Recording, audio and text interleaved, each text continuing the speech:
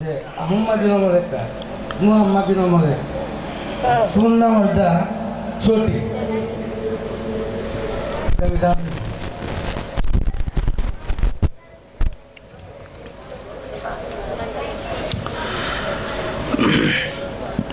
দেখেন হযরত মুহাম্মদ সাল্লাল্লাহু আলাইহি সাল্লাম তার নাম কিন্তু দুইটা, আহমদ মুস্তফা এবং মুহাম্মদ মুস্তফা। আচ্ছা, এখন আহমদ শব্দের অর্থ কি, মুহাম্মদ শব্দের অর্থ কি? আহমদ শব্দের অর্থ প্রশংসাকারী, যারা প্রশংসা করে। মুহাম্মদ শব্দের অর্থ প্রশংসিত। এখন প্রশংসাকারী আর প্রশংসিত এক জিনিস না।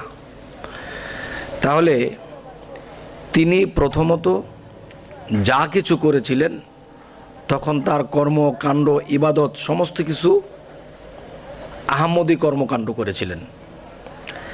আচ্ছা, আমি যখন দেখেছি একজন মুসল্লিকে যখন জিজ্ঞাসা করলাম আপনি কত বছর নামাজ পড়েন, কয় আজকে 42 বছর।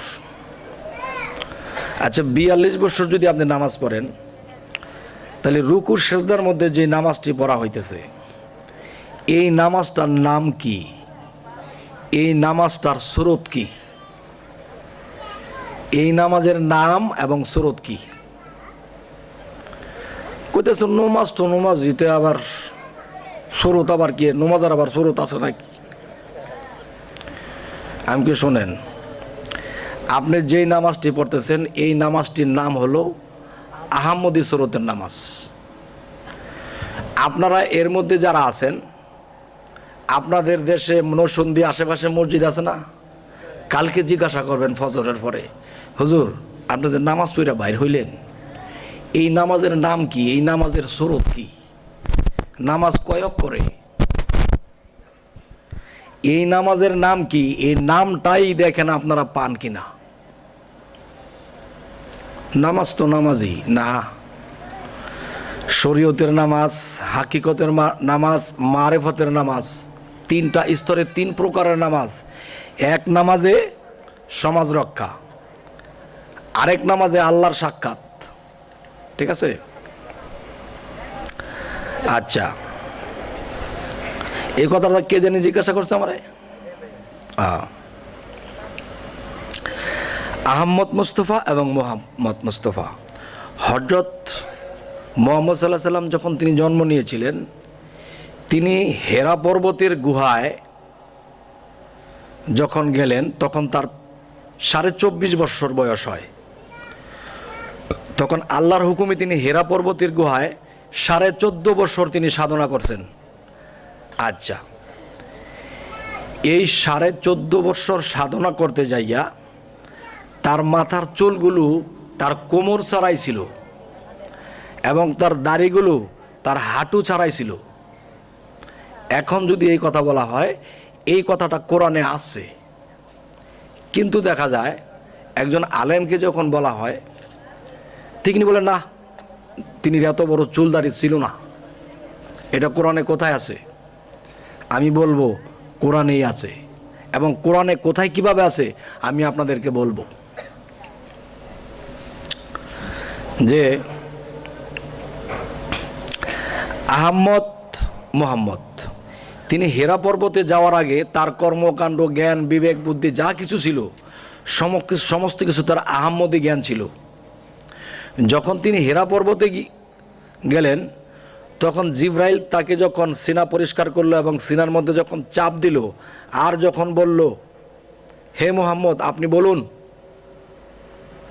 রব্বি জিদনি ইলমা, এখন মুহাম্মদ সাল্লাল্লাহু আলাইহি সাল্লাম বলতেছে আমি উম্মি, আমি বুঝি না। তাহলে সে আহমদে ছিল, সে বুঝে না। তখন তাকে জিব্রাইলের মাধ্যমে আল্লাহ জ্ঞান দান করলেন, তখন তার উপরে কোরআন নাজিল হইল, সে নবুয়াত লাভ করলেন।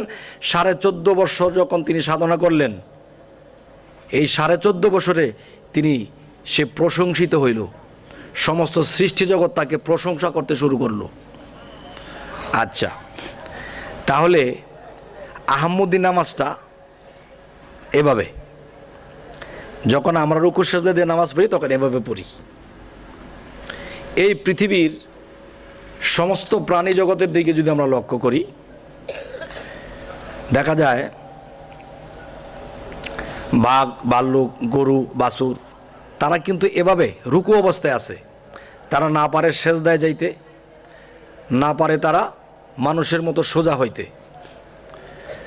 সাপ, বিচ্ছু, কেঁচো এগুলো সব সেজদারত অবস্থায় জন্ম নিল এবং সেজদার অবস্থায় তাদের মৃত্যু হলো। তাহলে তারা একটা অক্ষর নিয়ে আসছে, সেজদারত মিম অক্ষর, রুকু হা অক্ষর, দাঁড়াইলো আলিফ অক্ষর। আমরা কিন্তু শুইতে পারি, রুকুতে যাইতে পারি, সোজা হইতে পারি, ঠিক না? আচ্ছা, তাহলে দেখা যায় যে এই যে নামাজটা, এই নামাজটার নাম আহমদী শরতের নামাজ। আর এই নামাজ যারা না বুঝিয়া পড়বে তারা কখনো আল্লাহর আকারকে স্বীকার করবে না, তারা কখনো পীর মুরিদকে বিশ্বাস করবে না। আর যারা মুহাম্মদে পৌঁছে গেল তখন আল্লাহর তরফে থাকা জ্ঞান পাইল, তখন তিনি প্রশংসিত হইল, তখন সেই সেজদাটার কথা আমি এখানে বলতে পারবো না। এখানে আমাদের তরিকতের বাহিরের লোক আছে, শরীয়তের সেজদাটা এভাবে, কিন্তু মুহাম্মদী যে একটা সেজদা আছে এটা আহমদী সেজদা, মুহাম্মদী একটা সেজদা আছে। এই মুহাম্মদী সেজদা যদি কেউ দিতে পারে সে কখনো আল্লাহর দর্শন লাভ করবে, ঠিক আছে? আর এই মুহাম্মদী সেজদাটা একমাত্র যার যার মুর্শিদের কাছে জানিয়ে নিতে হয়। আচ্ছা, আহমদ কি মোহাম্মদ কি, আহমদ কি মোহাম্মদ কি আপনার কি বোঝা হলো? এবার অন্য কিছু বলেন।